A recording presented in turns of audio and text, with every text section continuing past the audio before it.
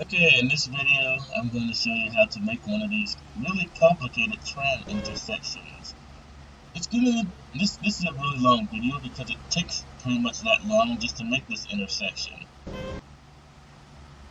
This will be a complete step-by-step video on how I got this intersection to do exactly what it's doing.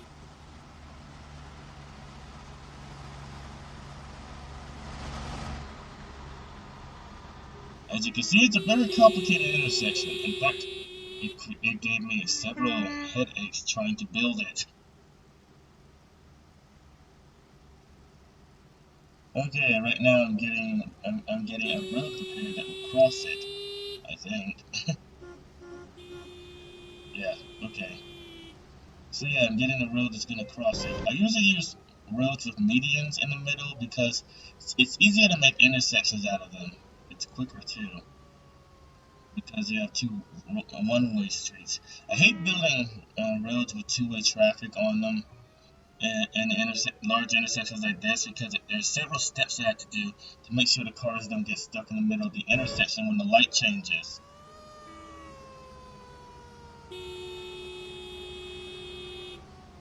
Okay, I'm trying to look for a place that'll fit in between the power utility poles, the poles that are supporting the catenary lines, because I don't want to be bothered with the actual process of moving them out of the way. Okay, it fits right between them. That's good. That's work for me.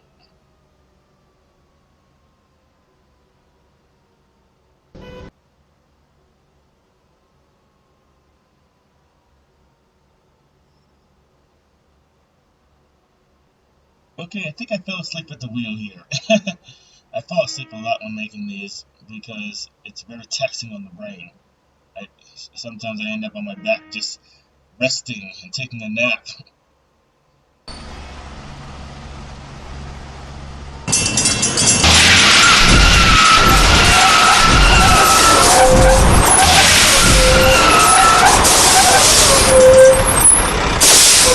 Okay, I'm not sure what happened there. I don't remember putting those sounds in the video at all. Must be some kind of glitch or something. Let's hope that doesn't happen again. Anyway, now that I got the road set up, I just gotta prepare it a little bit for the intersection. Basically I gotta get rid of some of the roads that are not gonna be in the intersection. Okay, I'm getting rid of this fence, which I use to block those pesky pedestrians from walking on random sections of the track. I don't want them crossing anywhere except the designated locations. They can only cross at a tram station or an intersection. In this case, it'll be a tram and an intersection. I usually put tram stops at intersections because it's easier to build the railroad crossing since I don't have to put the triggers as far away from the crossing. Basically, it's just faster that way. So now I'm putting holes in the sections of the road where the intersection is going to be, because obviously the cars aren't going to be able to drive over the median.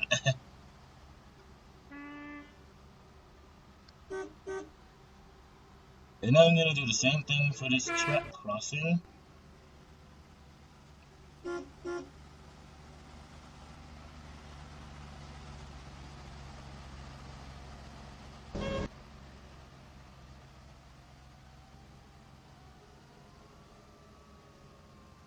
And now for the other intersection.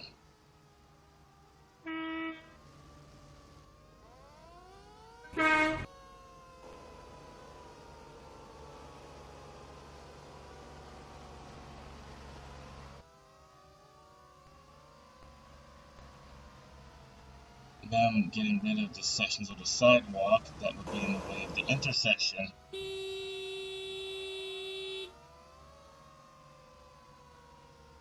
Okay, I think I did that wrong. I'm going to go ahead and Control Z that. Or was it Control Y? Yeah, I think Control Z is undo, and Control Y is redo. Anyway.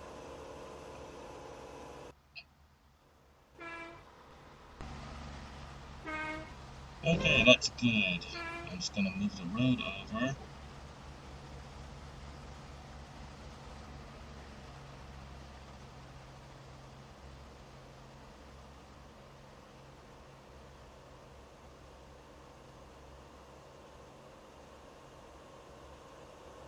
This, of course, gets very tedious over a long period of time.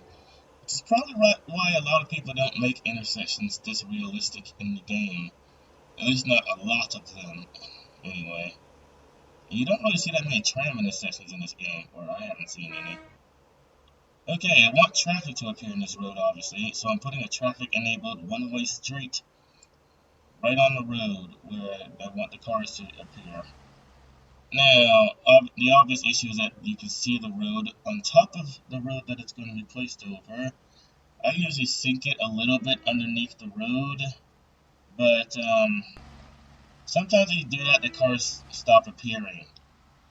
I don't know why, but changing the height of the road makes them want to stop appearing. So I'll just leave it visible for now.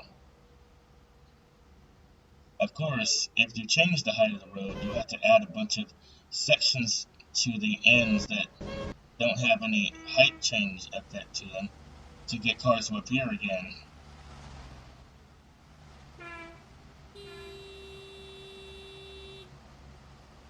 You'll notice there are a lot of apartments in this city that I'm building and not many houses. That's because I disapprove of everything the housing industry stands for. Anyway, I'm making a platform for the tram stop.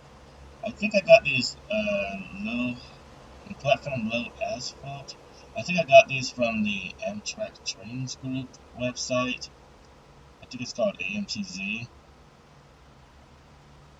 Now I'm going to put a tram on the track so I can figure out how long the station has to be.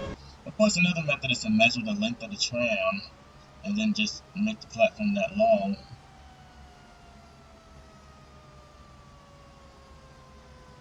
For the tram consist that I have set up.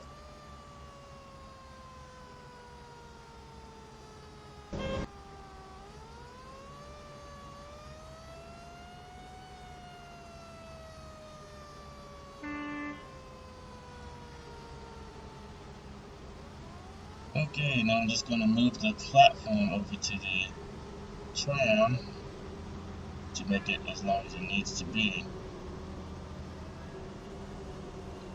Another option is to put a passenger-enabled tram stop on the track, but the trams usually don't stop at those correctly, so I stopped using them. It's easier to control them with this and having them stop at a track mark instead, even though it's a little more tedious to program. Now, I usually make the platform slightly longer than the tram, or the train specifically, because sometimes they stop a little bit shy of the end of the platform. I want them to still be in the station when that happens, if that happens, so I give them an extra long platform.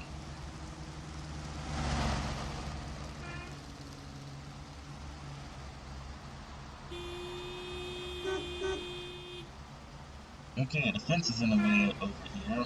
The fence that's still not complete yet, so I'm going to have to get rid of the section that's near the platform.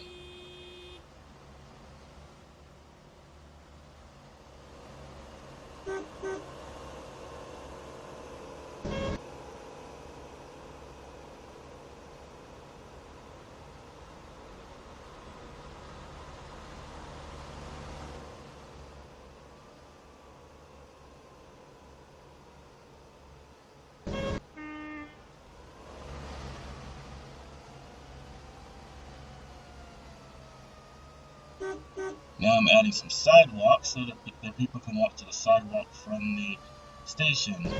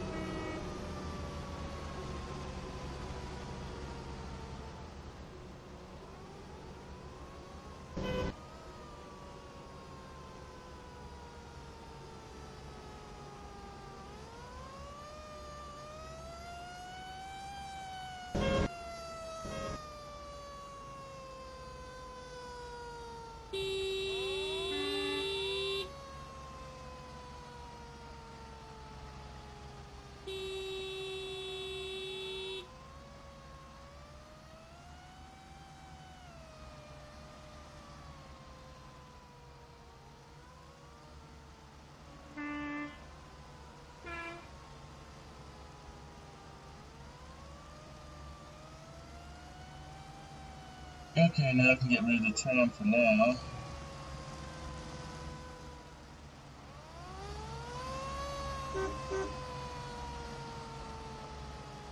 And of course I'm adding another sidewalk here.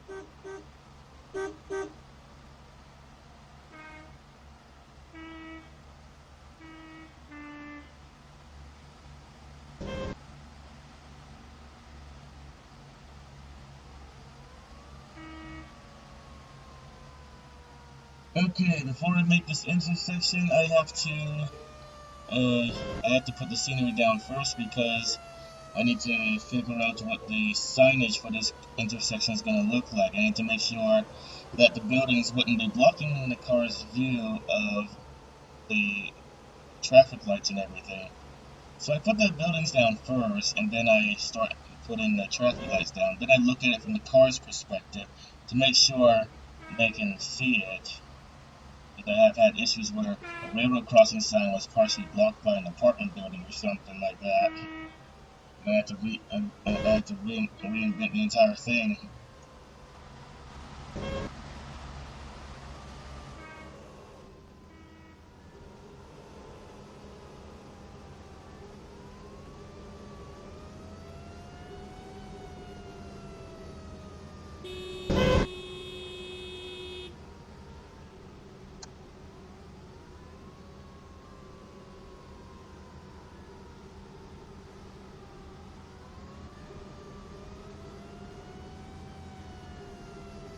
Okay, right now I'm looking for a parking garage.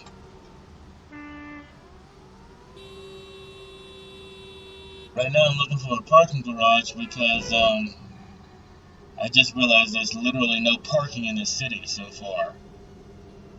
Not even any side of the road parking. No parallel parking available. So I'm building a parking garage, obviously, so that people can have somewhere to put their cars. However, car travel is not very popular in the city. We have a very good public transportation system, so people tend to use that instead. Either way, for the few people that still use cars, we need to have services available for them as well.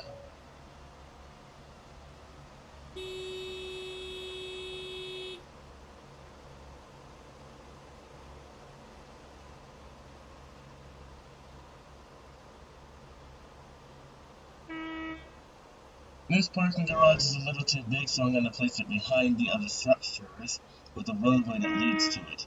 But first, I'm going through the list of all the parking garages I have to make sure this is the most realistic one available.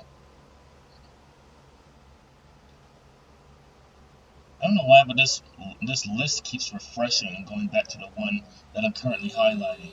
It's actually quite frustrating.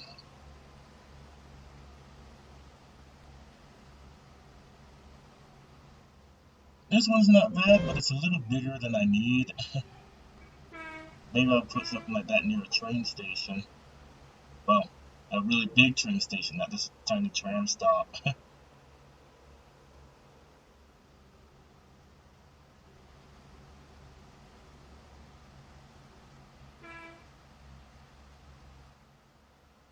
This one looks pretty good too.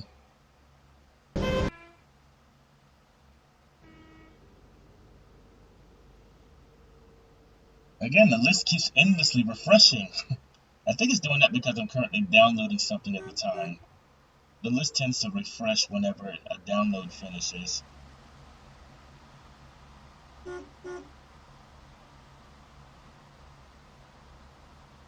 Okay, I don't want to move that grocery store.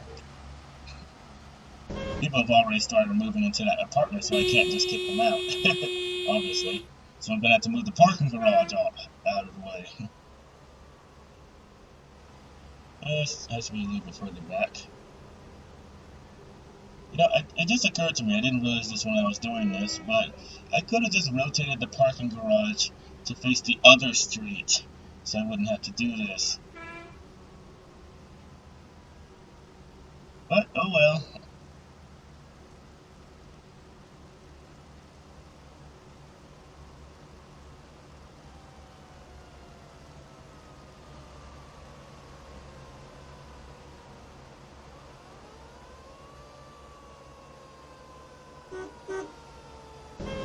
Now I'm creating a road that's traffic enabled, so it can look like cars are actually driving into and out of the parking garage.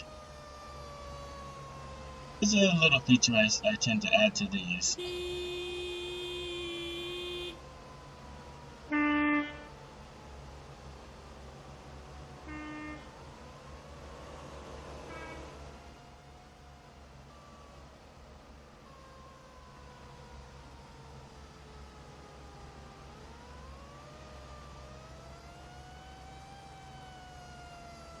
These roads don't bend very well, just like the real ones.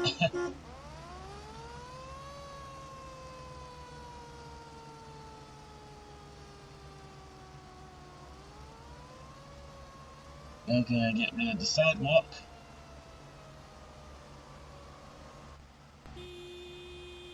Of all the vehicles to spawn, you choose a school bus. The one thing that would definitely not be driving into a parking garage because it cannot fit in one. And another school bus. Why? I mean, I get that this is, random, but still. It makes absolutely no sense for a school bus to drive into a parking garage. And the FedEx truck.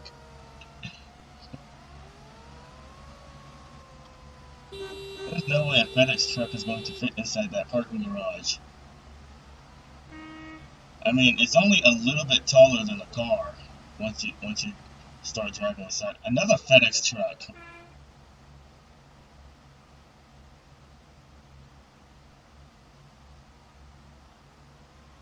And a Greyhound bus.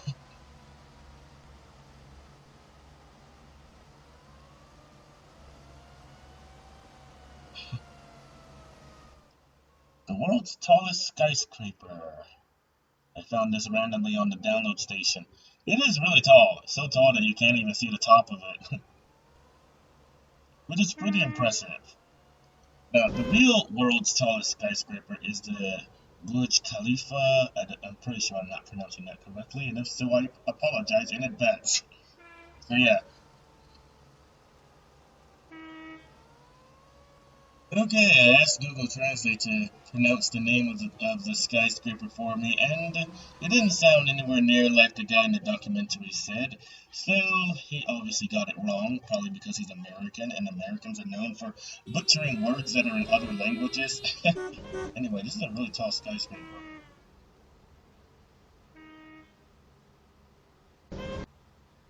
For some reason when I tried to move that skyscraper, it moved this instead.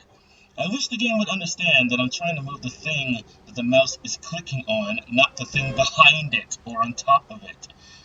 Like, why is it so hard for the game to understand that?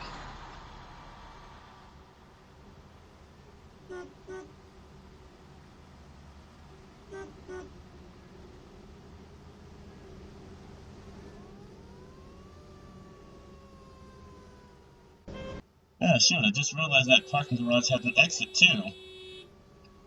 But I never built a door for that. I mean, a street that led to that. Anyway, this is a skyscraper that's under construction.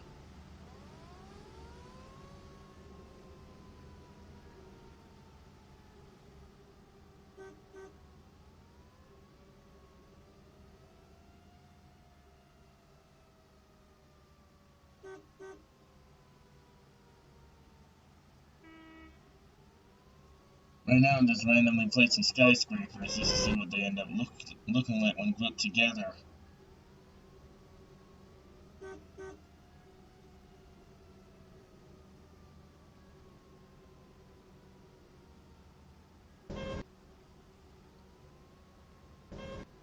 You know, I was in New York City yesterday, and the thought just hit me. Why in the world do people drive in this city?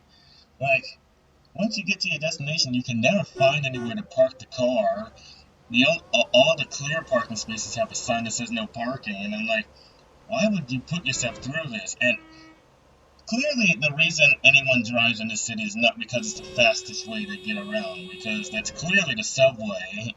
Like, I can't imagine any situation where a car would be faster than any other means of transportation in that city. Every time someone drives me to that city, they're always stuck in traffic for a really long time just to get into the city. And then there's the really annoying thing that drivers in that city have a habit of doing where they stop in the middle of the intersection during a traffic jam, which is extremely rude. Not only that, but it makes the traffic jam longer because then when the light changes, the other person can't go through because the car is blocking the intersection. I really hate when people do that. Like, it just adds to the problem that already exists.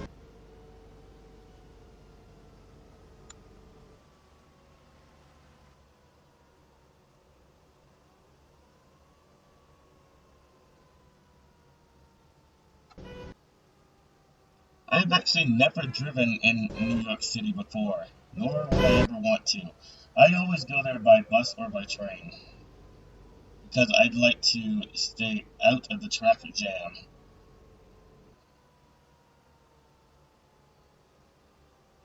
Like, is there ever a time of day where the entrance to New York City is not jammed but with cars?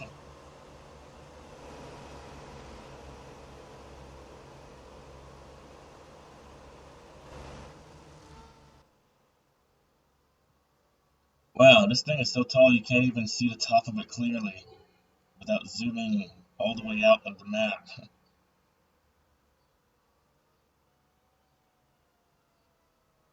You can sort of see the top of it though. Oh man, but when it's nighttime it completely disappears.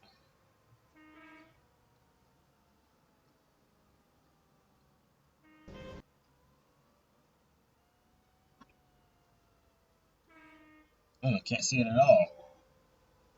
Oh wait, I think I sort of saw it up there.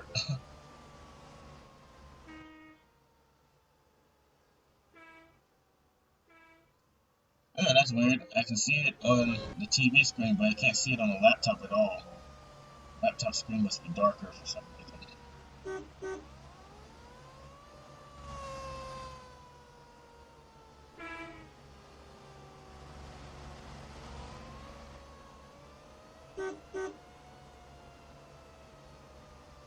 These shadows only seem to work when you're standing in exactly the right angle and location. Like, if you turn the camera a certain direction, they just disappear.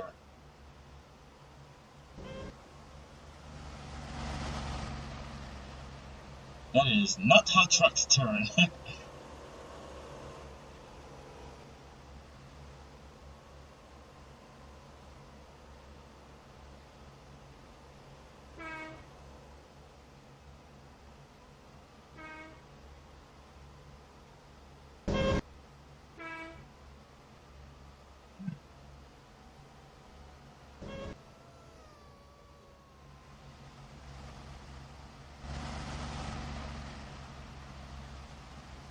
Okay, I mean, intersect. What's wrong with me? This intersection is starting to take shape.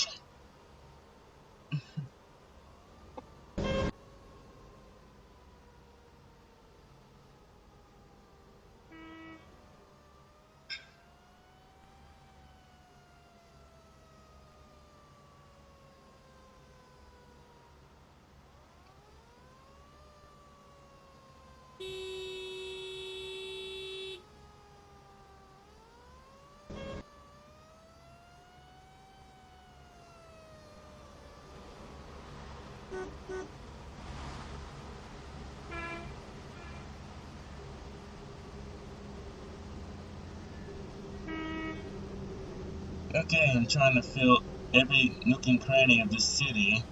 In other words, every area where there's nothing built in there, try to place something down. I think I need a nice small a corner restaurant in this area.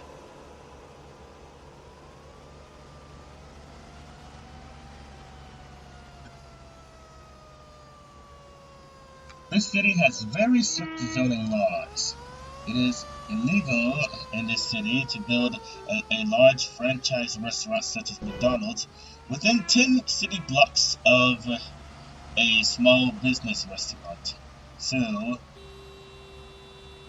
basically, McDonald's is not going to be anywhere in near this area. I mean, it can legally exist in the city, but it can't be anywhere near a small business because we do not tolerate large businesses putting smaller ones out of business.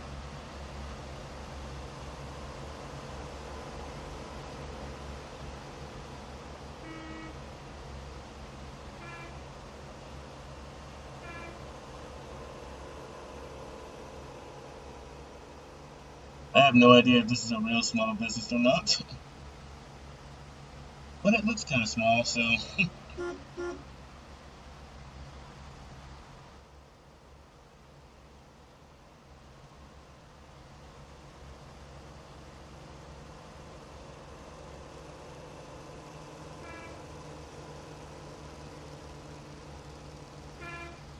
that doesn't quite match, so I'm gonna get rid of that.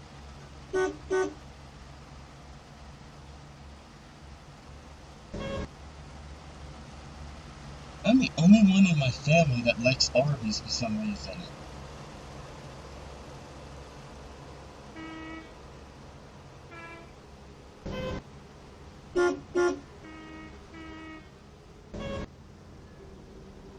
Well, nobody I've ever met ever told me that they like Taco Bell. So I'm pretty sure these small businesses would be kind of safe, pretty safe if I place one over here.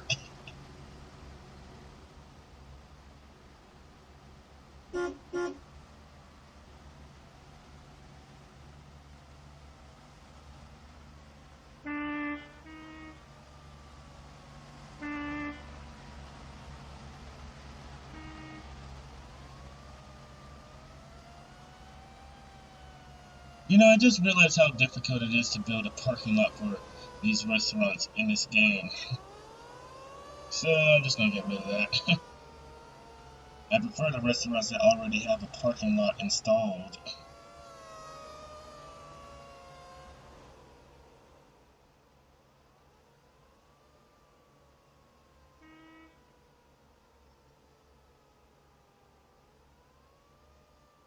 I'm gonna install some more office buildings.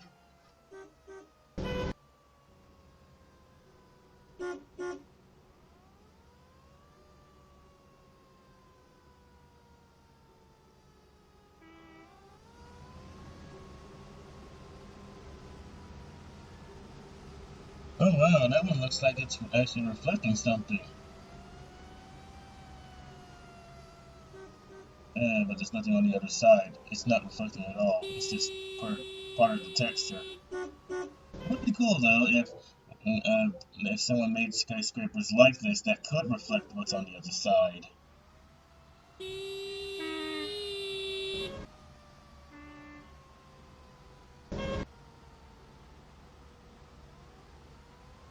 Oh, this building looks kind of cool.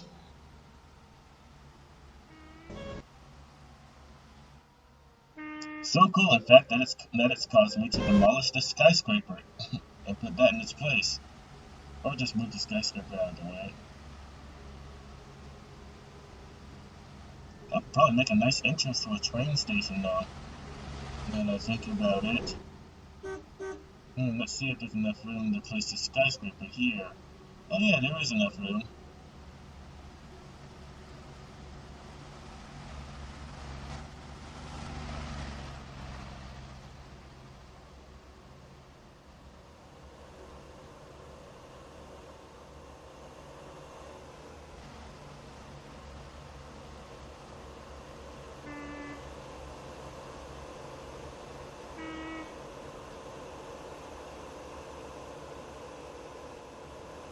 You know, when I build these cities, I always think to myself, what kind of city would I have liked to live in?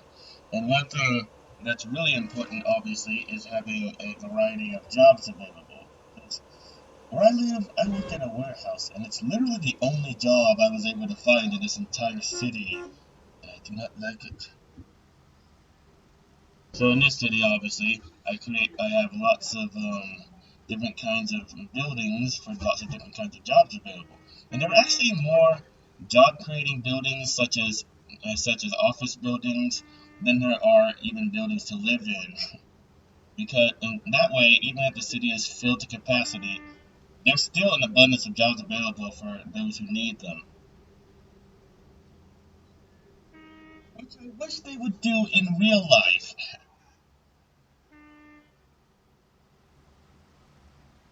Okay, this city is really starting to take shape. Another issue is unpaid labor. You see, when I was a truck driver, there was one week where I did not get paid, and then I called them asking, "Hey, look, why is there no money in my account? I was working that week. I should have gotten paid for it." Anyway, they told me, "Oh, we just need to verify something," and I'm like, "Verify what? That I was working for the past 2 weeks and I haven't gotten paid? That there's no money in my account? Like, what do you need to verify that required me to not get paid that week?" So anyway, the next week, they told me the next week the money would be in my account. So next week, I was still driving during that time, by the way, with no money in my pocket and no food, and the next week, there's still no money in my account, and I'm like, why haven't I gotten paid yet? It's been 2 weeks, and then they're like, well, something happened with the system, and it didn't add it to your account, and I'm like, well, add it to my account then. So anyway, in this city, if any company should ever do that to you, there would be a number you could call that would basically say that, and that you could basically say that the company is basically working you like a slave, literally, like you're working and they're not paying you for it, and then that company would be under investigation. And if there is evidence that you weren't being paid for the weeks you were working, then that company would be shut down immediately.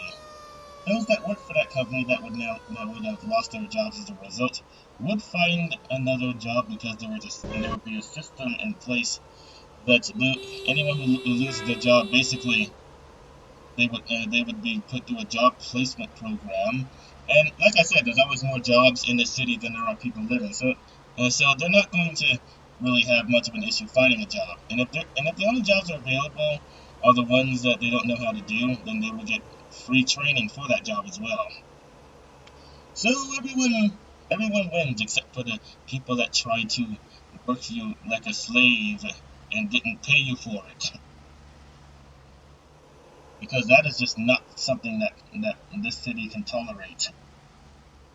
We do not tolerate slave labor of any kind.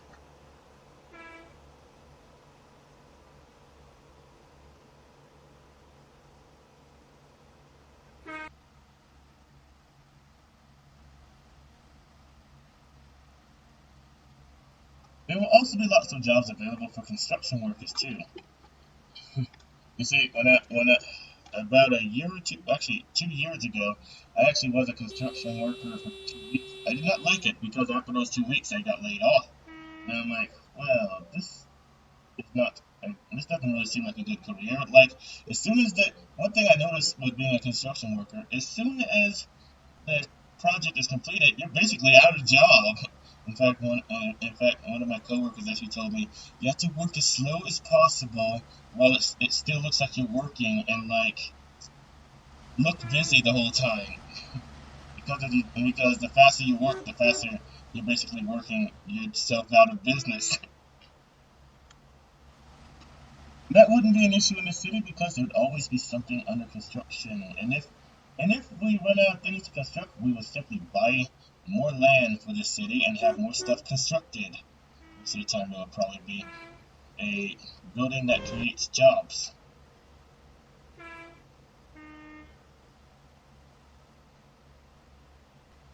Right now, I'm still adding some more office buildings.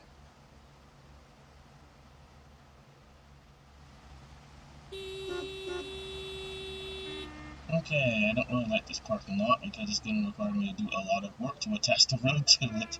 So I'm probably going to get rid of that. Yeah. There's some apartment buildings in this office complex as well.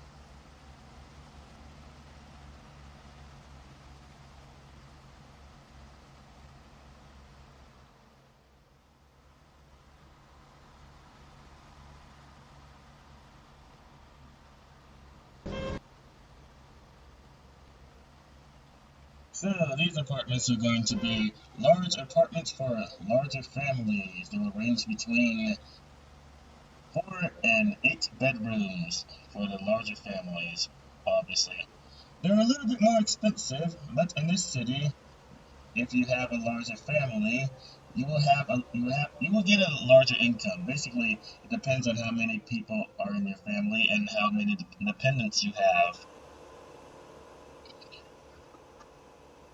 It would be nice if it was like that in real life, because sometimes I feel like companies don't pay them don't pay people enough to basically support their families, and I really don't think that's fair. I actually think that if you have a large family, you should get a larger paycheck so that it will be easier to afford to support them. Or how about giving everyone a large paycheck? I could sure use one.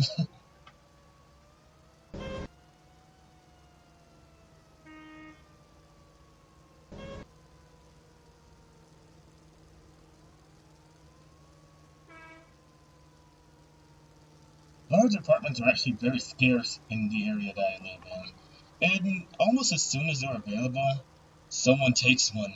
So they're pretty rare in this area, sadly.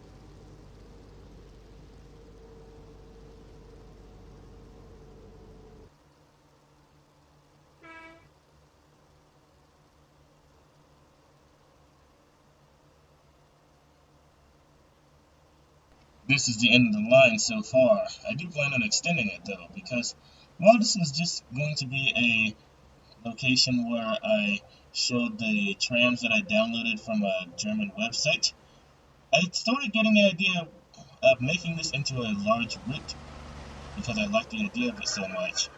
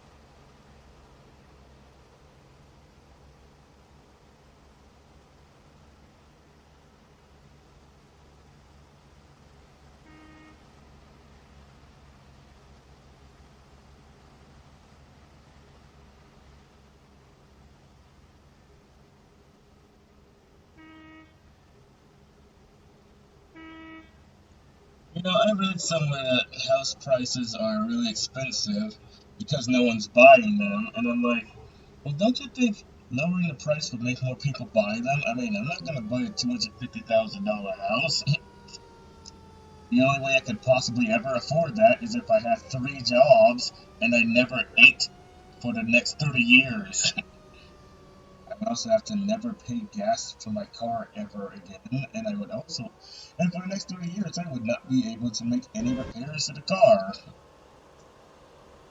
I probably wouldn't be able to buy any new clothes for the next 30 years, which means hopefully I don't gain any weight or get any taller. Like, $250,000 is just not possible on a regular income, so that's why no one's buying your houses. You make them too expensive. Well, this intersection looks pretty good so far.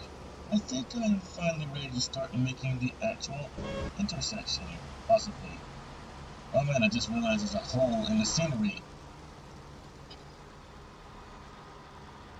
You can actually see where there's an edge. Okay, that has to be fixed.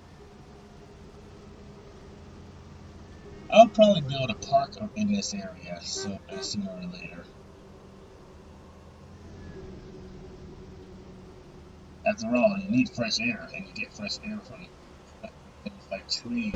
So it's probably a good idea to have those in the city as well. This is, of course, going to be the road that leads to the entrance of the park. I'm going to put a bunch of trees there later. Right now, it's time to focus on something else.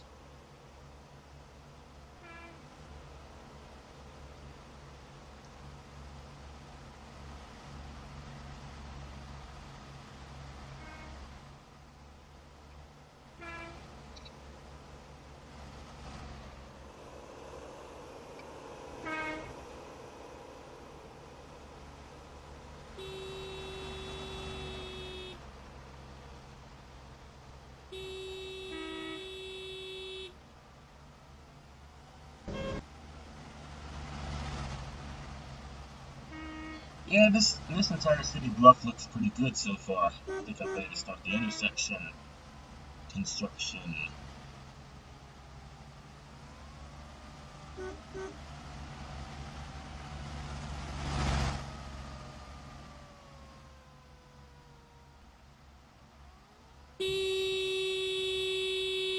Now, I usually hide the controllers for the intersection away from the actual location. Like, for example, right here, I'm hiding it behind a building. Sometimes I even submerge them under the ground so that they can't be easily located. The reason why I hide them is because this is a very delicate operation. Changing even one value in any of the controls by even one number could create complete and utter chaos at this intersection. Just one wrong move and cars will start smashing into each other. Trains will start hitting cars, and this will basically become the end of the world. I cannot in good conscience give that kind of power to just anyone. So I have to hide it.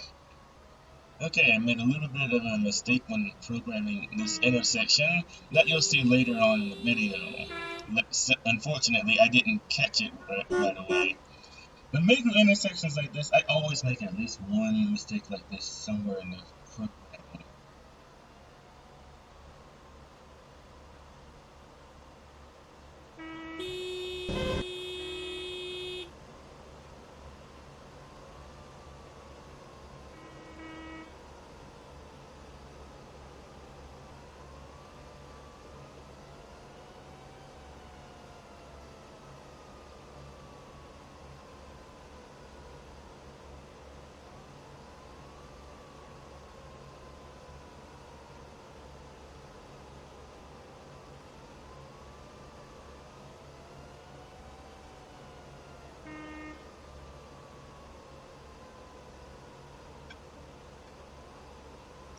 Right now I'm adjusting the timing. The timing for the lights have to be short enough that they have a chance to change before the next tram gets to the intersection. If you want longer timing, of course you can space the trams further apart. But I like frequency when it comes to public transportation. Where I live, public transportation is very scarce. If you miss your bus, you're out of luck because the next one is an hour away. And that's not the kind of service I want for the city. I want them to be in a situation where missing the tram is only a minor inconvenience because the next one's only a few minutes away. Okay, I'm gonna build the railroad crossing first because it's the easiest. Well, sorta. This one's actually gonna be kind of complicated.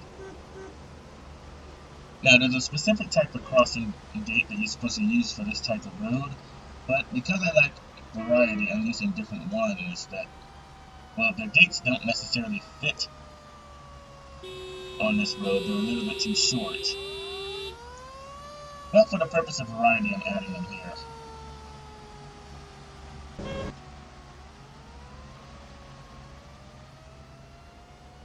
Of course, I have to rotate them so they're facing the right way.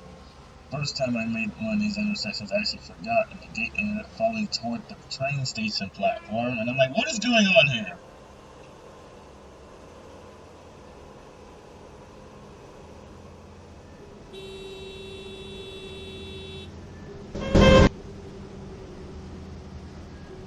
Okay, gotta move them close to the road.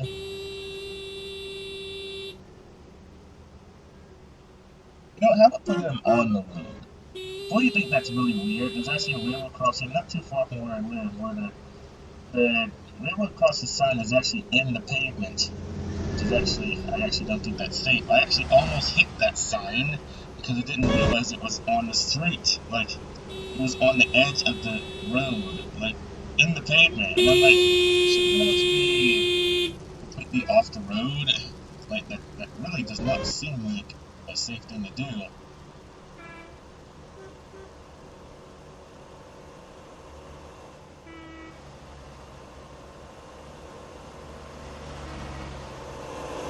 Well, that was a close one.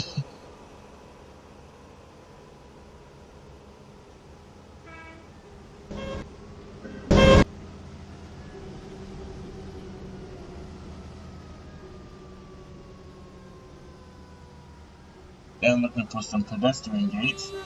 These railroad crossings can be downloaded from the Jointed Rail website. I usually don't use them because they slow down the game too much because of how detailed they are.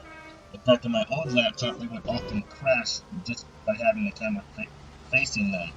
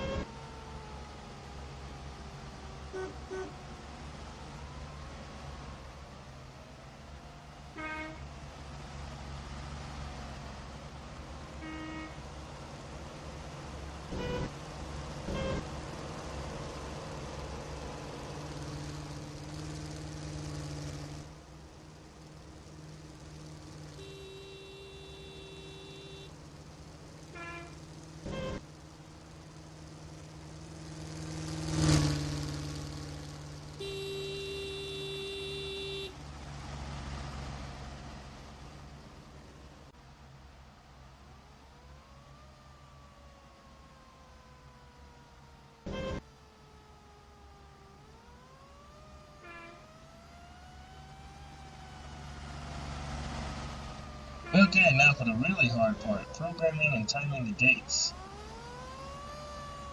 Now, I saw this video of a railroad crossing that had gates on the left side of the road as well. I saw a video of this type of crossing on YouTube, and when the crossing turned off, the gates that were on the left side of the road went up first, and then after they finished rising, the ones that were on the right side of the road started to rise. So I'm basically going to try to program that into the crossing. How I'm going to do that is this traffic slave is going to control the pedestrian gates and the gates that go on the left side of the road, and it's going to turn off right away as soon as the crossing deactivates. But there's going to be another slave that controls the gates that are on the right side of the road, and that one is going to have a clear delay of 10 seconds, so that after the gates on the left rise, the ones on the right will.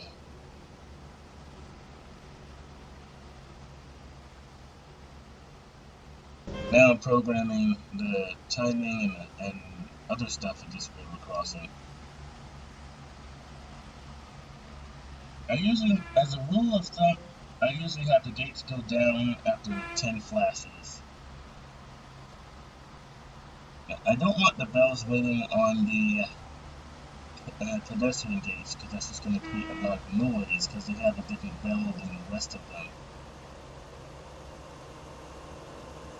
I just realized bell duration is irrelevant if you don't have the bell sounding, so it doesn't make any sense to actually program it.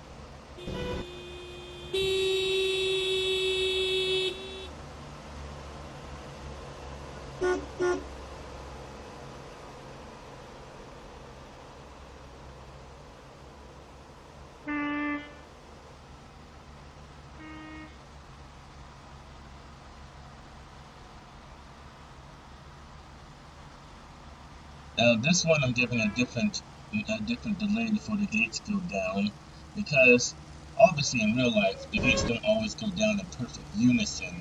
That would be very difficult to achieve with so many gates. So to make it look like that's really what's happening, I usually have to go down at different intervals. I'll usually time 1 to 2 seconds delay between one of them going down and the next one going down.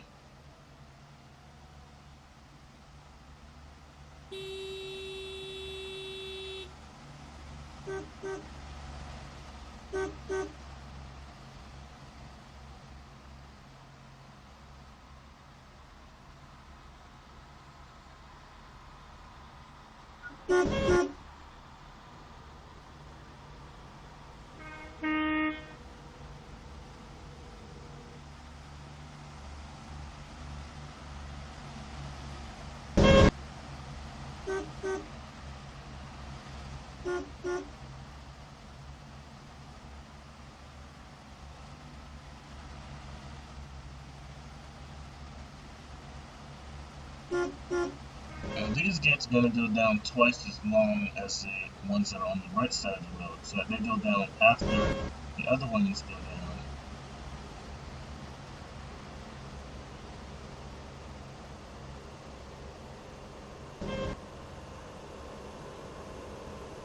I don't want the bells on the left side of the road ringing either, because that's going to make them too loud. Also, if all of them were to ring, that would slow down the game a little bit, and it would make it skip more.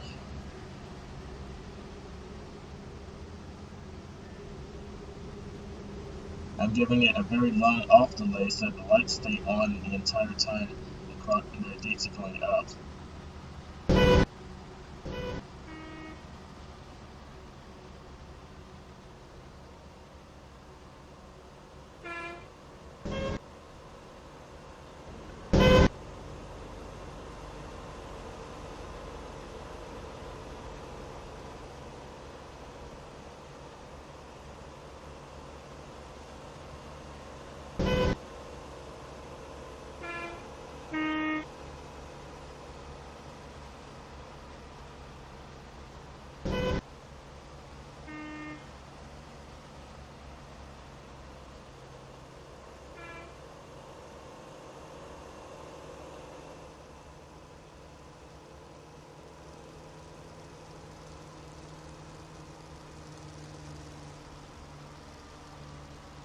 Okay, now it's time for the slave that's going to control the gates on the right side of the road.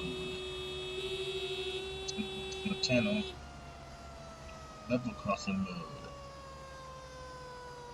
Now, delay clear, that's going to be set for 10 seconds, so that 10 seconds after the gates on the left start going up, the ones on the right are going to go up.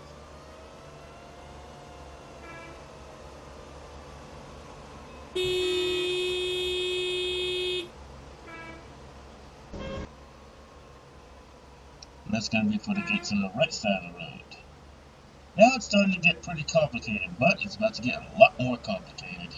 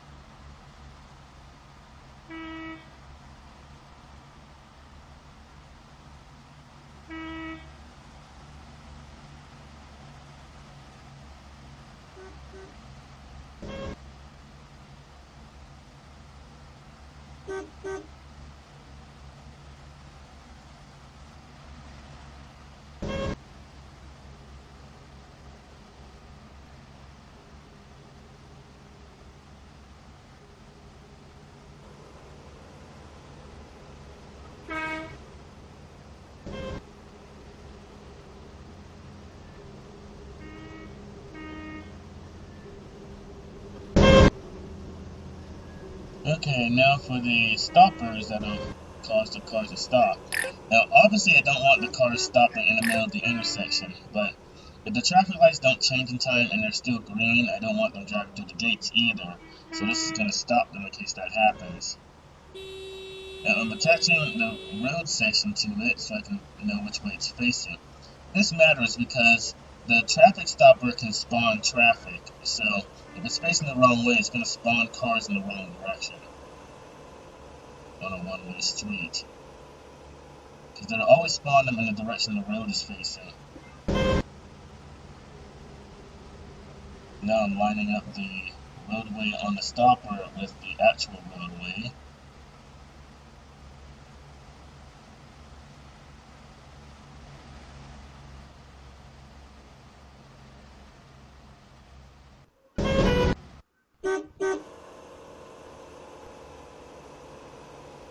And then I'm deleting the section of the roadway the cars are driving on and attaching it to the stopper to make sure they stop.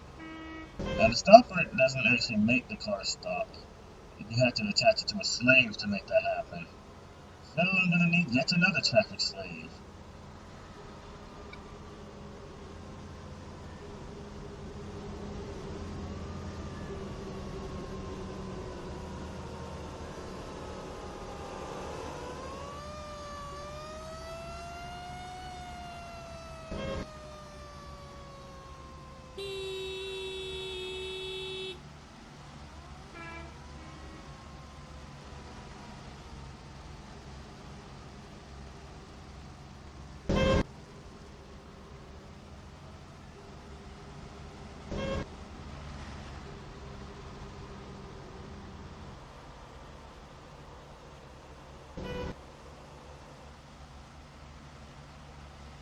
Okay, I'm trying to align it perfectly with the road.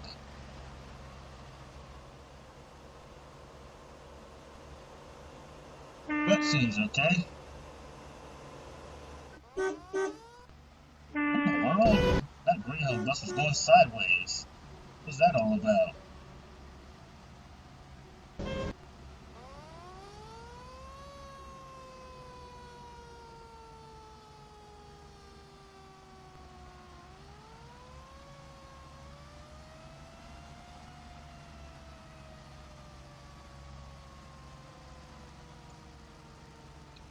Now I'm giving it a start delay so that the cars don't stop right away, because obviously if the gates aren't down yet, some people are going to be trying to drive through them before before the gates go down. And I'm giving it an off delay of 16 seconds so that the cars won't go through the crossing until after the gates on the right side go up. Okay, I don't think that... Okay, this is when it starts getting complicated. Instead of attaching to the traffic stopper, the track that I was trying to attach to it attached to another track that was underneath it.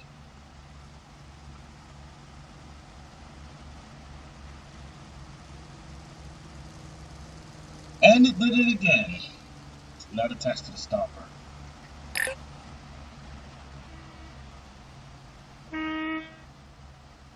Okay, I'm lifting the traffic stopper. Hopefully that'll make it easier to actually select it. Nope, it's still going to the same track. Maybe if I change the camera angle. This is obviously frustrating me at this time.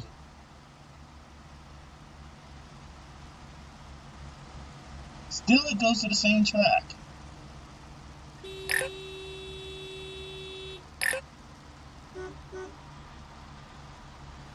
There we go.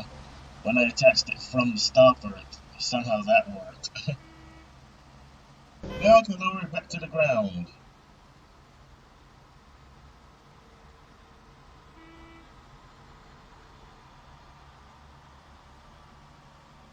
Why don't you just go straight to the stopper?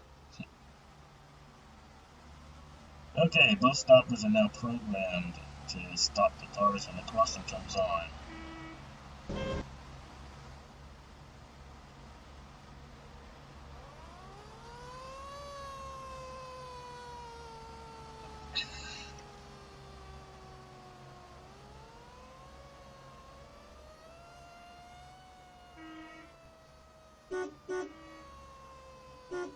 Okay, I need to consult with the traffic controller before I program the next section of the intersection.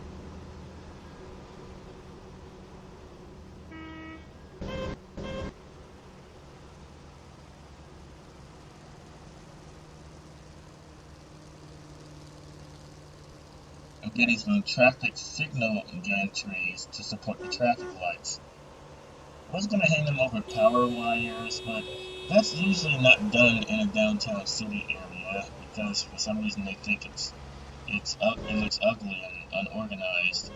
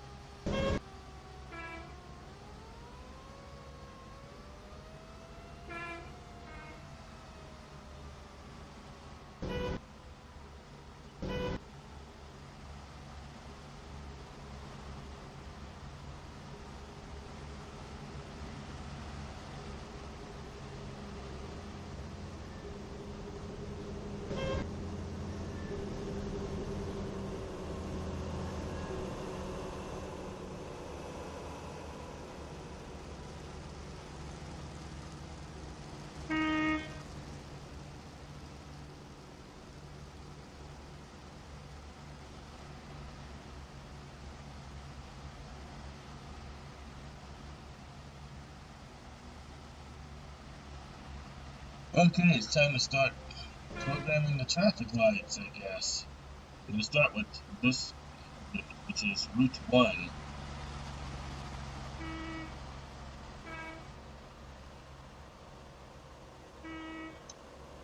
Now, each route is one direction.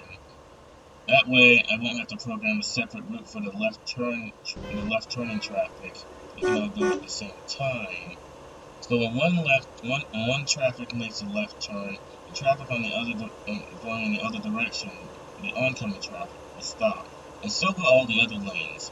This basically keeps it as simple as possible. I programmed the left turn arrows to turn red when the traffic light is activated, so that the cars won't try to make a left turn right into the tram, which actually does happen to people in real life.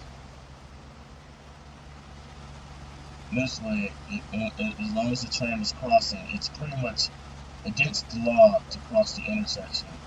Well, you can still go straight, just don't turn left.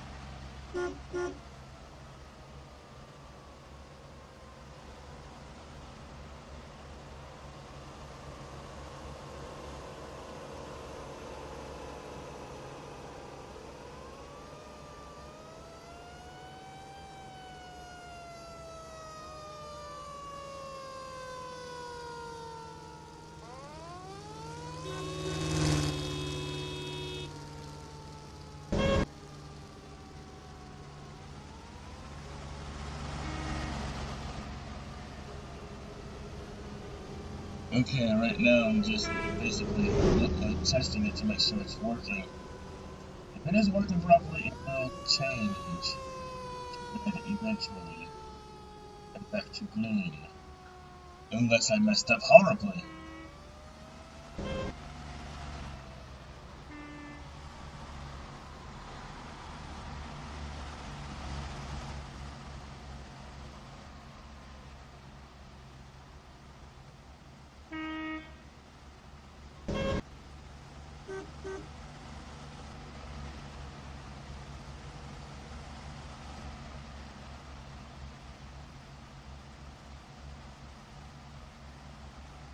You know, I hate how in the newer games, when rotating something, it's precise to the nearest decimal point, because it makes it difficult when trying to just rotate something 180 degrees, because I keep getting a number that's between 180 and 181, like 180.1 or something, or sometimes I get 179.9.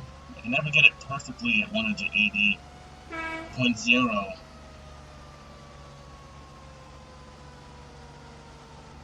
Yeah, this is supposed to be on Route 4, but I got confused and accidentally, Channel 4, but I got confused and accidentally put it on Route 4.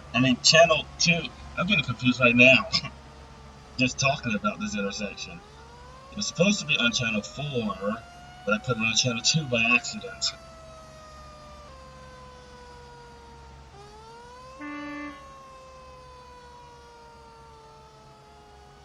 I caught my mistake at this point. Now correcting it. Now I'm double checking that the other lights I created are on the right channel and route.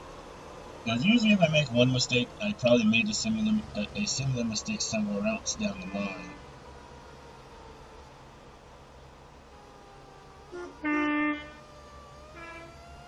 Now I'm just going to put them onto the poles.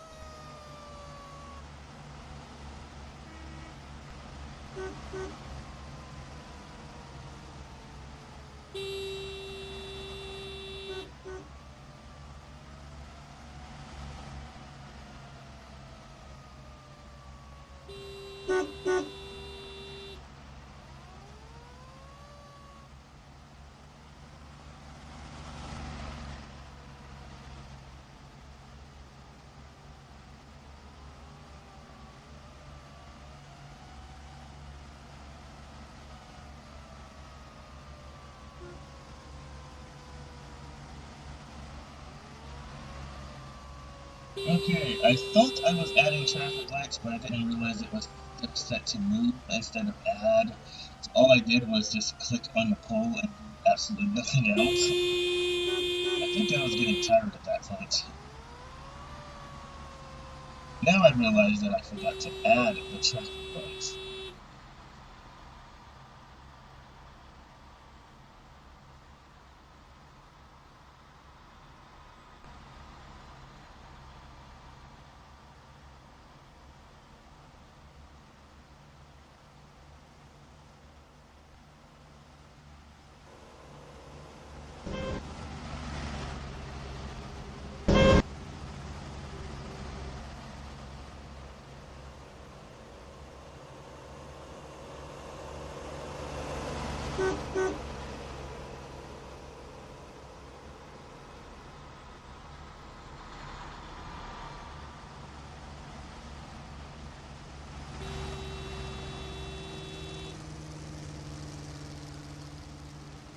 You know, it'd be really nice if the game would understand I'm trying to move the thing that I'm clicking on and not the thing that's behind the thing I'm clicking on.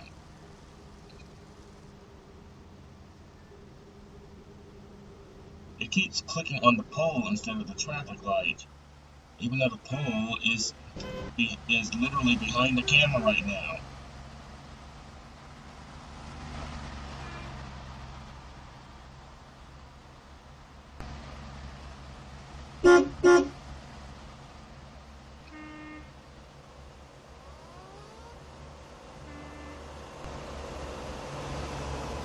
You know, I'm really tired of these drivers just carelessly running over my traffic lights. I mean, this city happens to have a very low traffic light budget, and they're wasting every single, all of the taxpayers' dollars by just blindly running over all of them, causing me to have to order some new ones. Don't they realize how much these traffic lights cost us?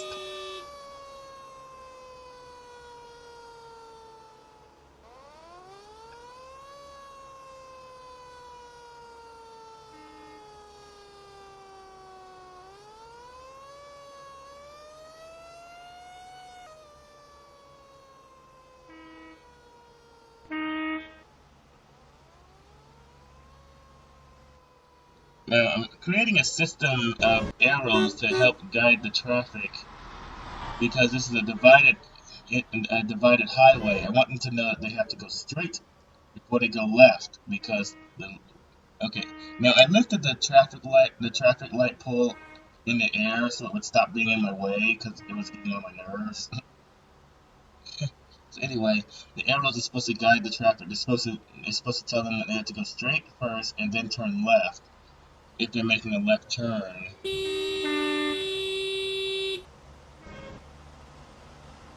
And that's why there's a straight arrow underneath the left arrow. Arrow underneath the left arrow. And then to the right of that, there's another straight arrow to let them know they can also go straight when they're in this lane. They don't have to turn left. You have the option of either go straight or left. But when turning left, they must go straight across the first intersection first. I do not have anybody turning left on onto this one-way street and then going the wrong way. Well, it should be self-explanatory, but oddly enough, people actually still make this mistake. Now, in the right lane, you can either go straight or turn right, so there's going to be a traffic light with a straight arrow, and directly to the right of that is going to be one with a right arrow.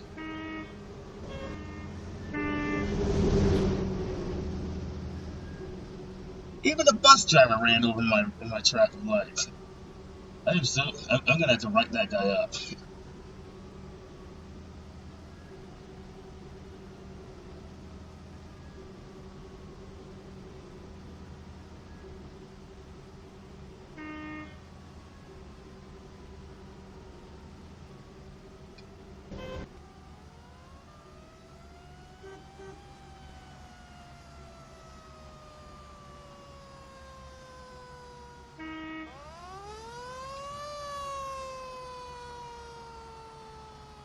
Well, next time you're wondering why your taxes are so high, I guess you can blame yourself for running over my traffic lights.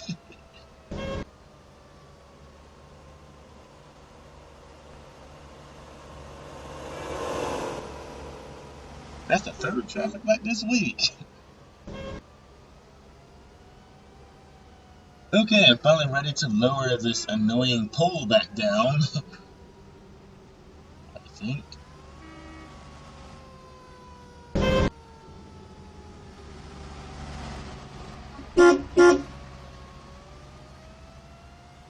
It's a little bit too close. Traffic lights need to be moved a little bit outward because right now it looks like the lights are attached to the pole instead of the actual metal bar.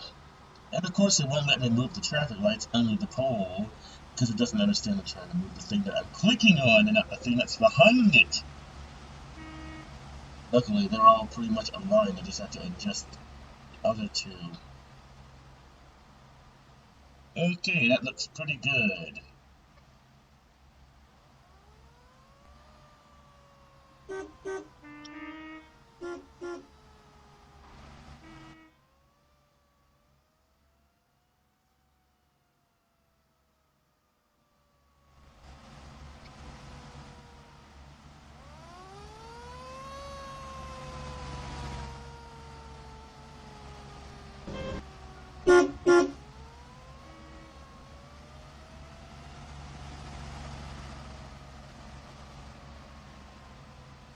Okay, I think I might have actually fallen asleep at this part.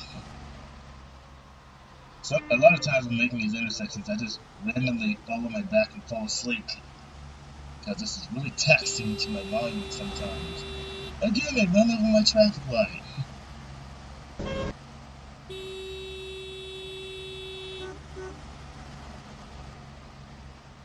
Okay, we're gonna have to lift these things in the air before another car. Oh, I ran over all of them.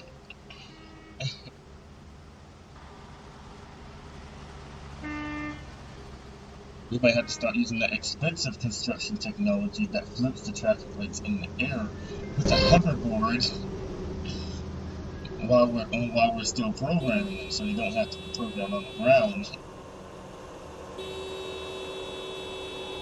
No! Run over my garbage truck. Yeah, I'm gonna have to order another set of traffic lights. What happened to the ones we just sent you? They got run over by a garbage truck.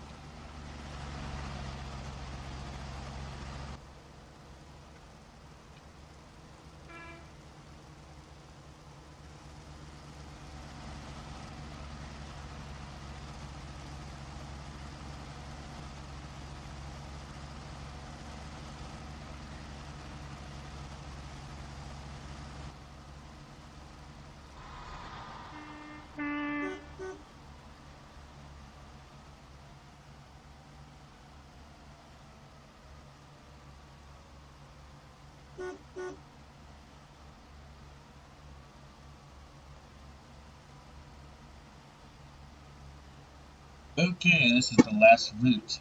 I still haven't put the traffic stoppers up yet, but I'll do that as soon as I program the traffic lights. I usually program the traffic lights first.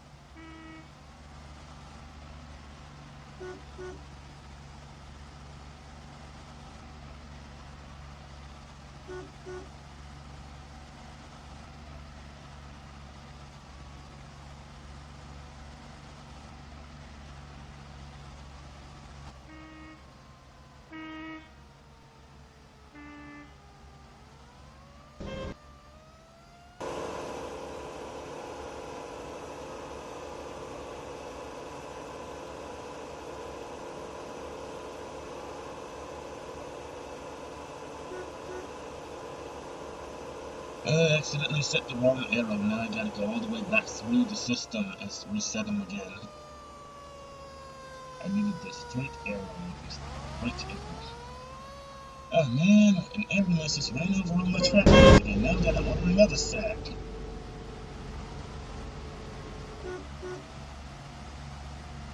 At least he had the sense to drive on the left lane to avoid hitting them.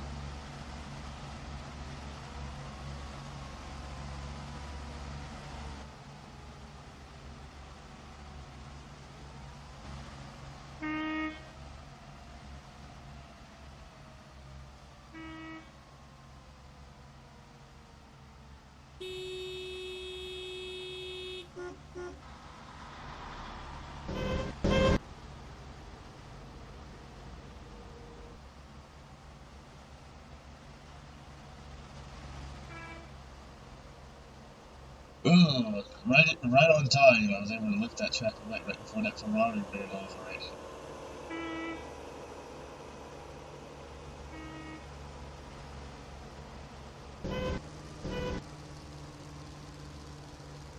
We were going to do what New Jersey does and place traffic lights over the left side of the road too, but they used up half of our traffic light budget, so now they can only go on the right side of the road. I still have no idea why New Jersey does that. But if you've ever driven on US 22 in New Jersey, you'll notice the traffic lights are also over the left side of the highway, which doesn't really make any sense. Like, who are you trying to warn?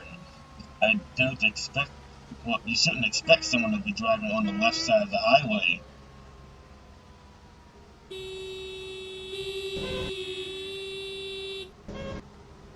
I actually remember when I was a kid asking someone, why are there also traffic lights over the left side of the road?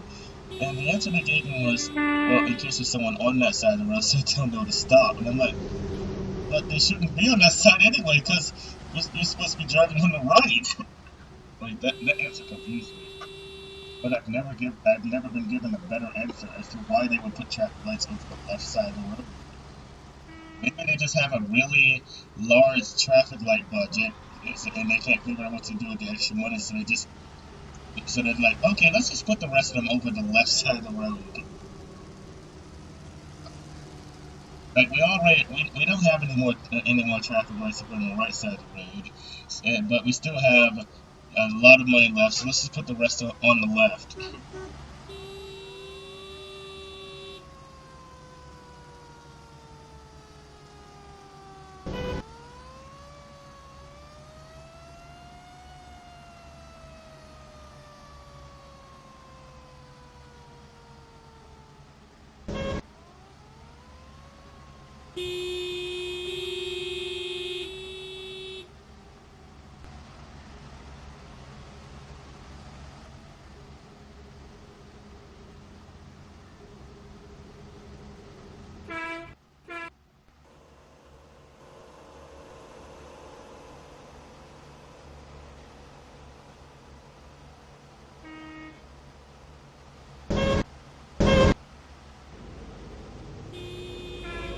We're gonna put an invisible road in the center of this intersection, so that it won't look like there are a bunch of white dashes from the two roads overlapping each other. And I'm gonna put a concrete slab in the intersection, so it just looks like it just looks like a paved road, and there aren't any actual markings on it.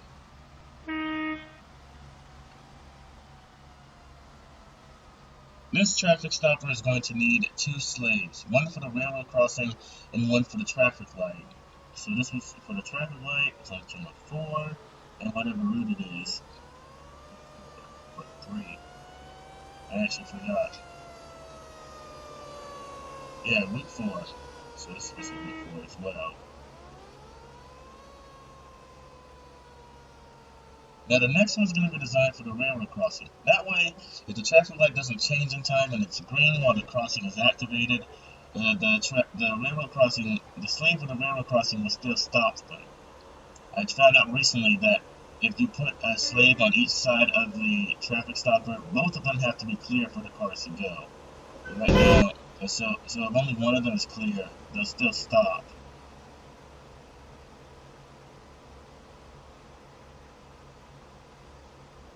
When programming this one like I programmed the other railroad crossing slaves.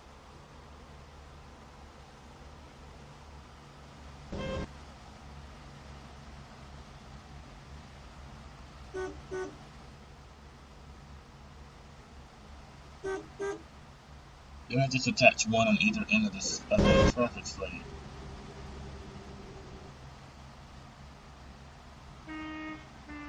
Now we're going to place an invisible road in the middle of this intersection for the same reason I mentioned earlier.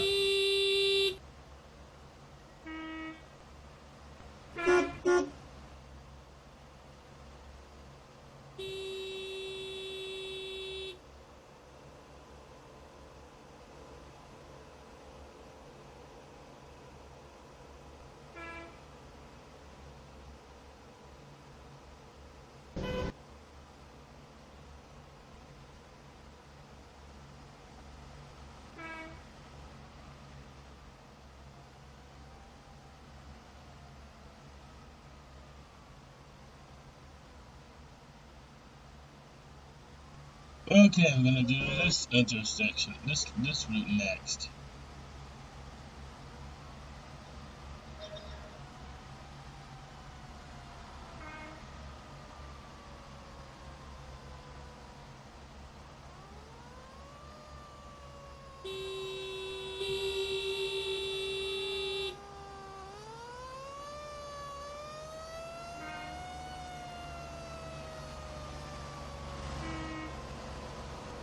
Thank goodness these traffic stoppers aren't actually solid, or we'd have to keep ordering new ones of those too.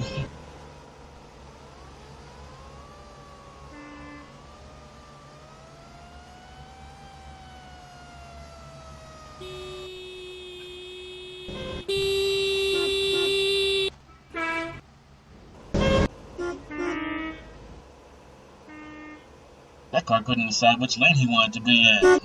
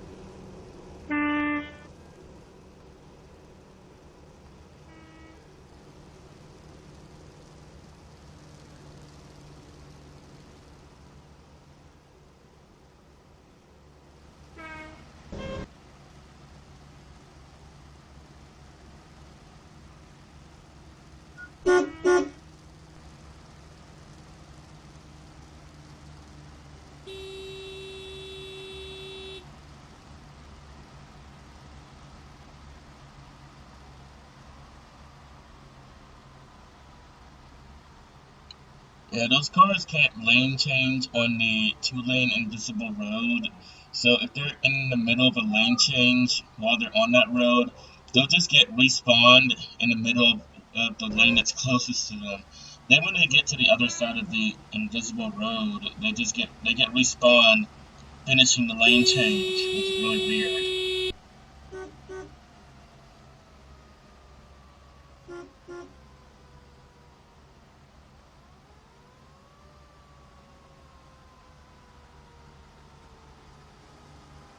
Okay, I was having a major my brain basically fell asleep at this part.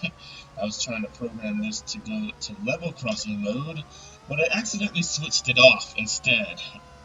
And then I'm confused trying to figure out why did I put this in level crossing mode.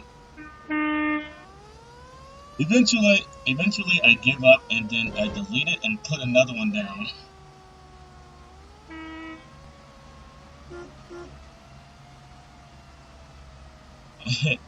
It was at that moment I realized, oh wait, that's the channel, not the mode. And the thing underneath that is level crossing mode.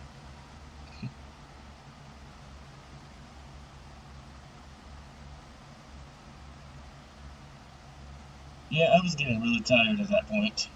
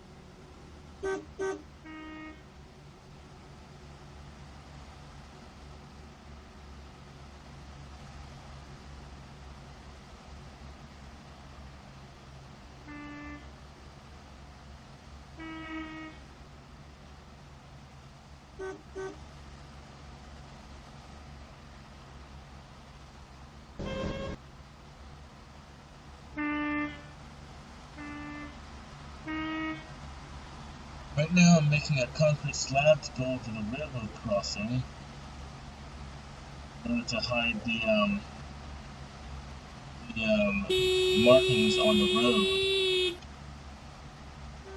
I lifted the slab up to 0.1 meters, so that's underneath the rails, but just above the road. The dashed lines are still visible though, so I'm gonna have to get rid of that section of the road and put an invisible road in its place.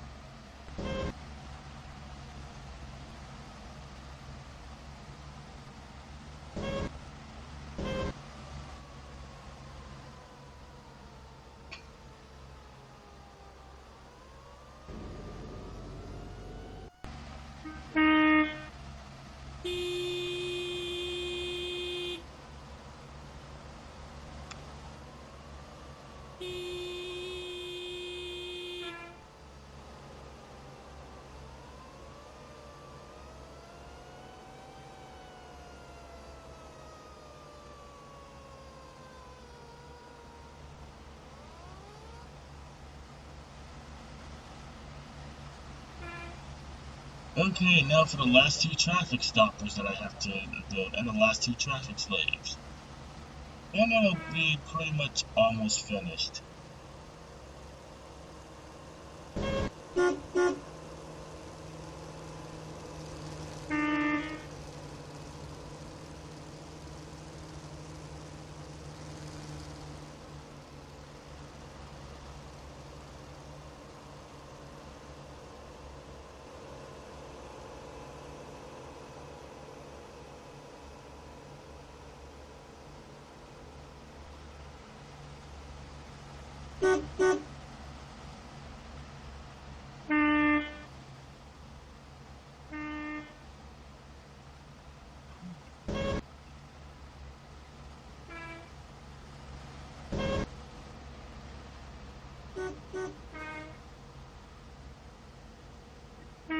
I usually yawn an awful lot when making these railroad crossings.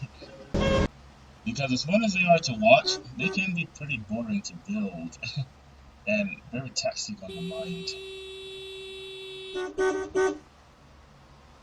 Sometimes I end up taking really long naps before I even finish one. And sometimes I actually stop working on it for a while and then I just leave and do something else and then come back to it.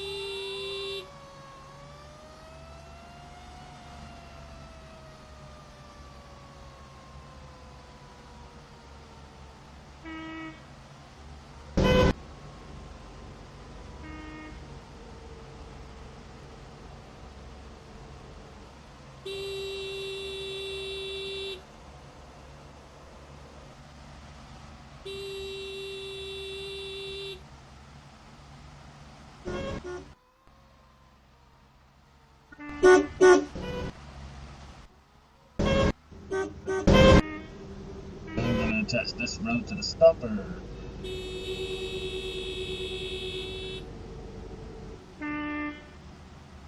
And attach an invisible road on the other side.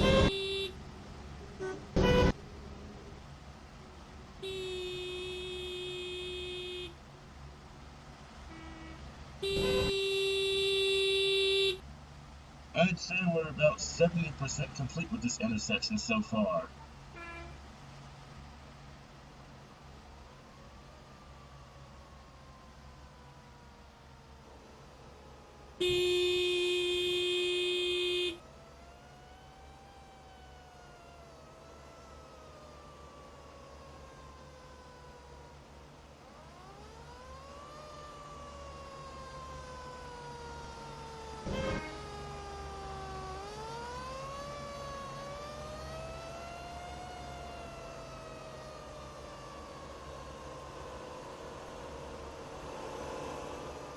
You know, that school bus that just drove by reminded me of something interesting I saw one day.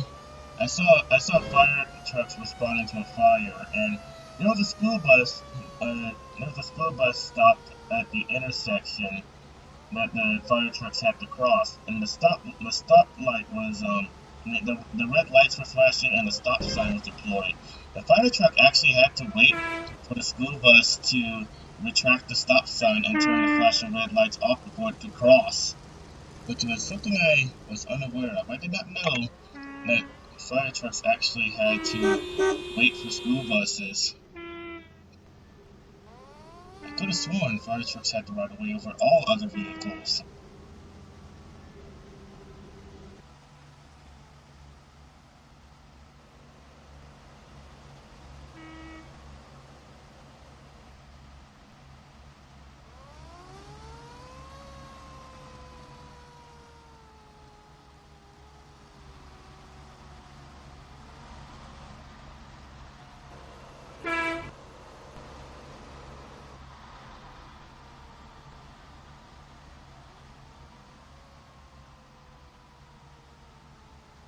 That sort of makes it look like an intersection. I mean, look like the internet makes it look like an intersection.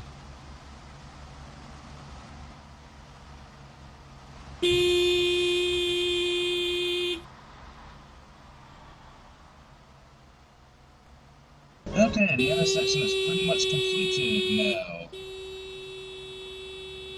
Well, except for one thing, there are no triggers.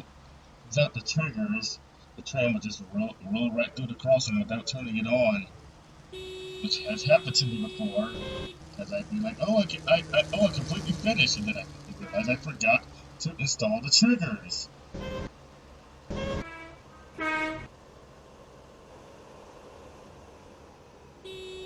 I need two triggers, one to change the traffic lights and the other one to turn the crossing on.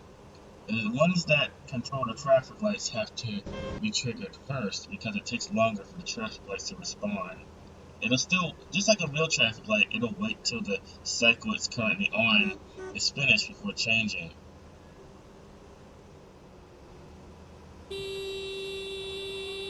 And then this one's going to turn the railroad crossing on.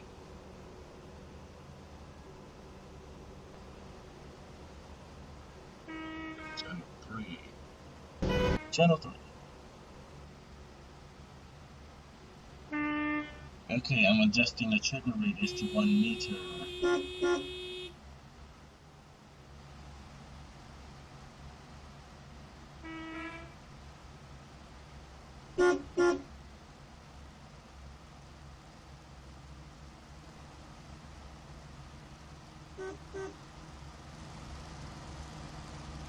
Now for the triggers that will turn the crossing off. I'm clicking the wrong thing. This happens to me all the time when trying to put down a trigger. Okay, one to turn off the traffic lights, or rather put them back to the position they were in before the crossing was activated. So that one's going to be on channel 4. And then one to turn the crossing off, which will be on channel 3.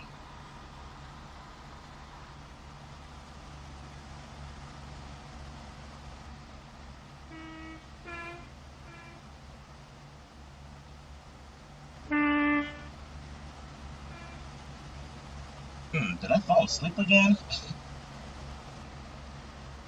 I've been on this screen for quite some time. Yeah, I think I actually might have fallen asleep again. Either that or I got confused. Because that happens a lot when making these intersections. Now I'm changing the trigger radius to 1 on these triggers, so that as soon as the tram finishes crossing it, it'll turn the crossings off. I don't want the gates staying down while the tram is stopped on the other side of the crossing, because obviously that's just blocking the traffic for unnecessary reasons. I want the gates to go up right away as soon as there's no train on the track.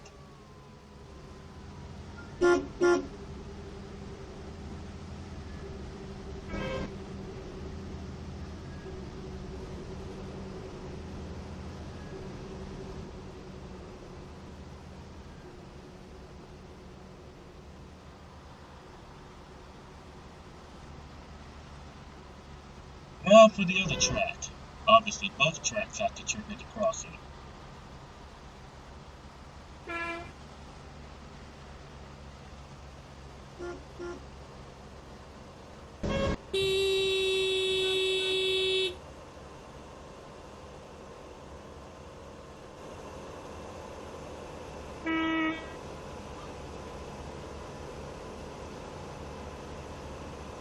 You know, I wish I could clone myself and have my clone do this while I was at work.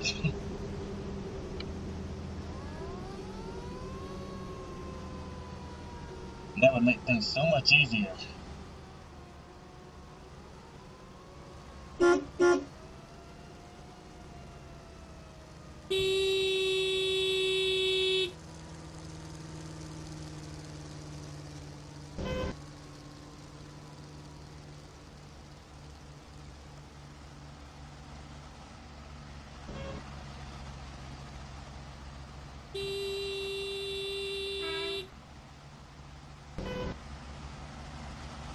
Okay, these are street name signs that I'm using in this city.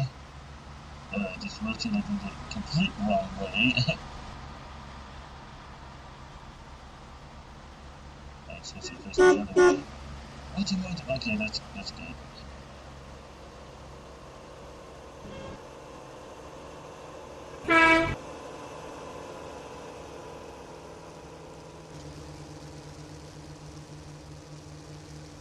Now, one of the streets that the tram travels on already has a name, but the street that's crossing it, I haven't given a name yet. I'm still thinking about one.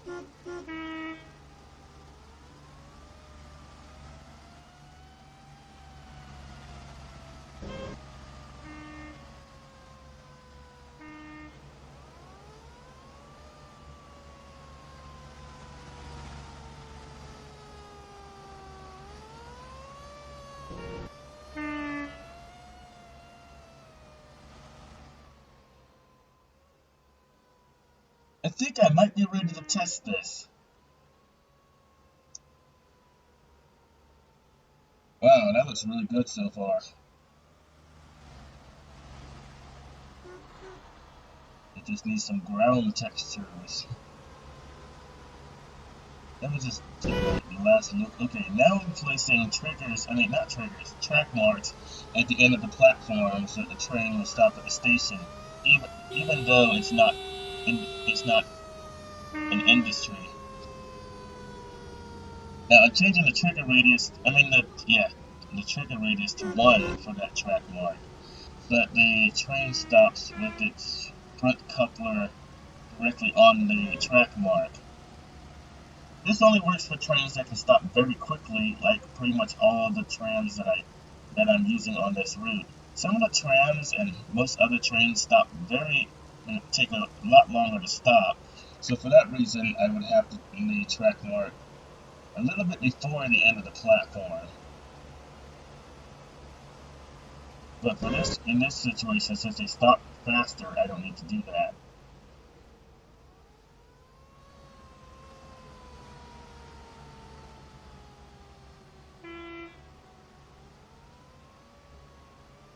Now I'm going to tell the trams to stop at that station, drive to whatever track mark I gave that station, and then I'm going to tell it to drive to both of them. Now after I tell it to stop at the station, I'm going to tell it to wait for 10 seconds so it goes to a complete stop. Then I'm going to tell it to open the doors on the right, then wait for however long a tram waits before closing the doors. I usually use somewhere between 10 and 20 seconds because that's usually how long the doors are open on most commuter railroads. And then tell it to close the doors on the right. And then wait for another 10 seconds because I don't want the tram moving before the doors finish closing. And then go to the next track mark, wait for 10 seconds. Door control, open the doors on the right. Wait for 20 seconds. Door control, close the doors on the right.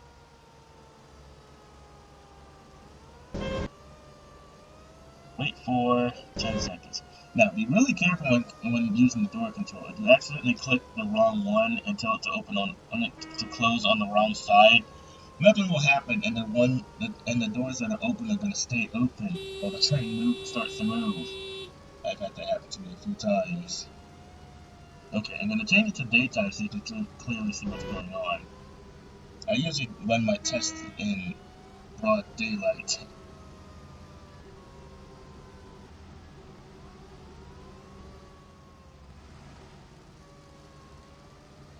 Oh yeah, there's one. I almost forgot about this park I was building. Let's put some trees up.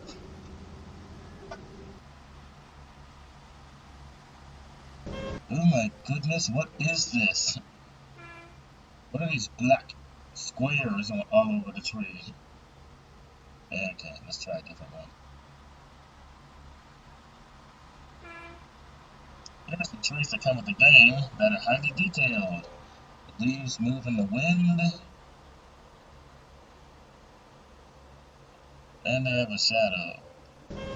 Now, I usually use this tree which I think grows in America, but I am not an expert on trees at all, so I have no idea.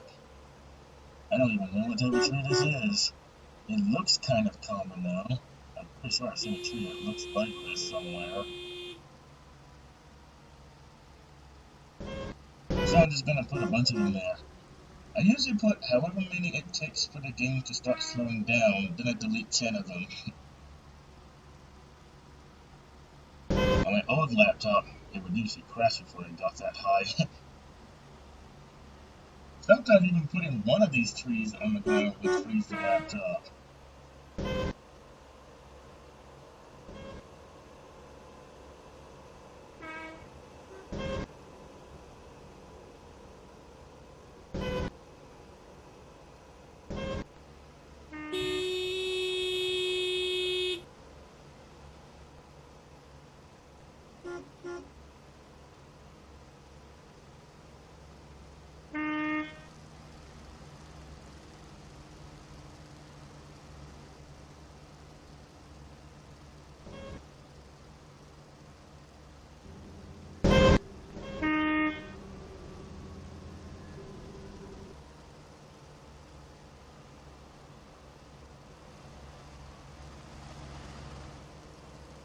That's better. Now there's no hole in the scenery.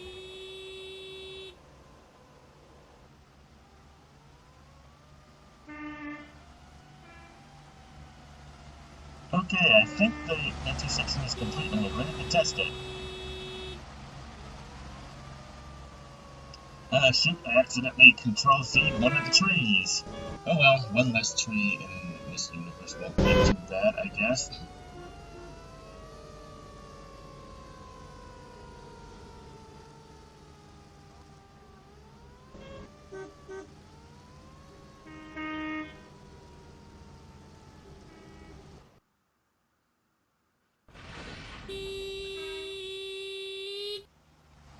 Okay, I told the train to wait 1 minute before starting its schedule to give me a chance to get the camera situated.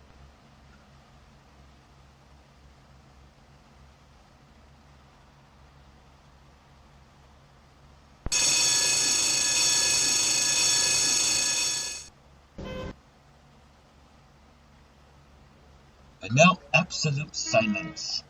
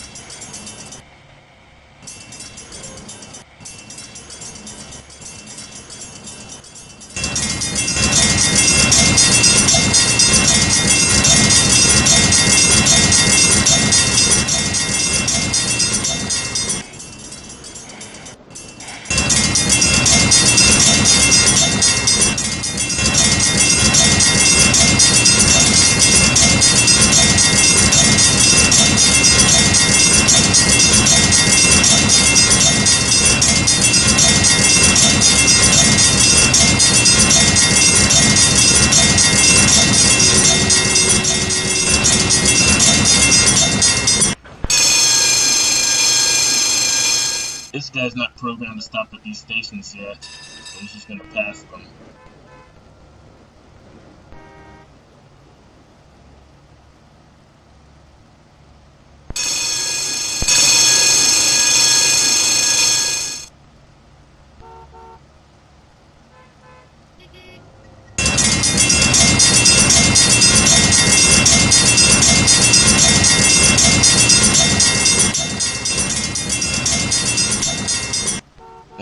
I made one mistake with the programming of the traffic lights. I accidentally programmed the left arrow to be green when the railroad crossing turns on, and the straight arrow to be red. Now, the traffic lights are set up correctly, so that's not the reason why they're doing that. So it has to be something with the controller. So now I gotta find the controller. That was the skyscraper, not the controller. Okay, that one's a railroad crossing controller. Where did I put the... No, I hid it behind that skyscraper. There it is. Okay, here's the problem. The left turn arrows are set to be on go when the traffic light is activated. The left ones being 5 and 6. So now they're set to stop when the railroad crossing turns on. And the straight traffic lights on those intersections are green.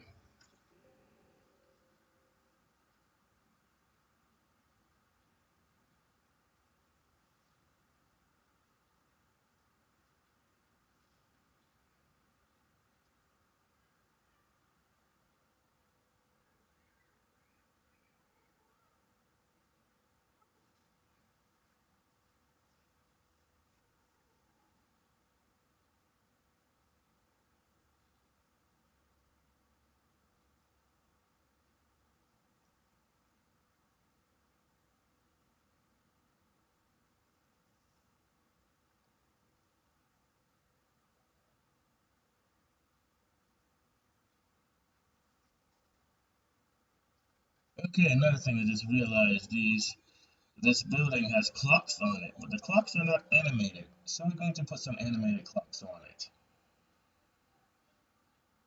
That's not a clock, that looks like a snowflake or something. The clocks are over here. Okay, I happen to have an animated clock, I just gotta find it. That one is the digital one. I need an analog clock. You know, there are some people that don't know how to read analog clocks because they don't teach it anymore. That was one of the first things I learned how to read. It's kind of sad that they don't teach all the things they used to do when I was a kid.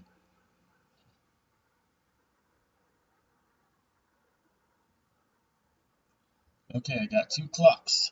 Right as soon as I put them on the ground, they're already set to the correct time. I wonder how you script a clock to do that in this game. Wish I knew. That would be a really cool thing. In fact, how do you make a railroad crossing in this game? So many things I'd like to learn. Okay, that looks about the correct height. I'm going to basically, I'm basically going to just place them over the existing clocks, so it looks like those are the clocks that are there.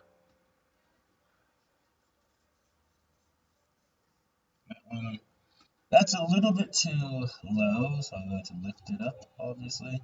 Hopefully it knows that I'm trying to click on the clock and lifts the clock up instead of just the building. Okay, it's working. That looks about right.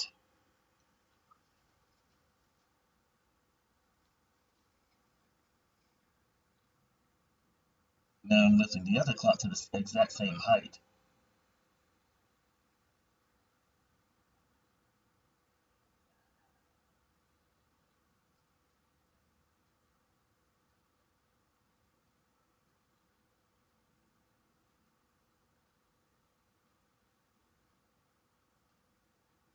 There we go.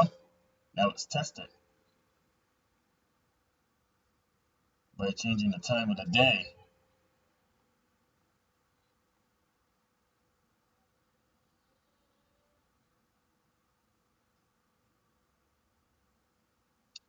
And now the city slowly comes back to life, except for the streetlights. Like most of the United States, we have a very low streetlight budget. So now the drivers are forced to fumble around in the dark and hope they don't hit something until more funding becomes available. Anyway, the clock tower is working. The clocks are working. They did update to set to the correct time. Sometimes it takes a long time for them to reset though, in surveyor mode. Like right now, yeah, it reset. At that point, the light went off, but I don't think the arrow changed.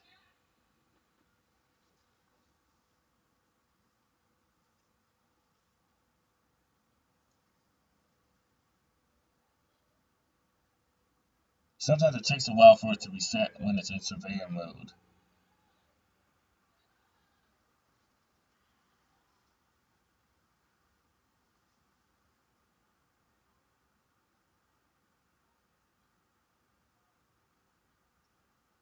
Okay, I think it changed. Okay, so it's working.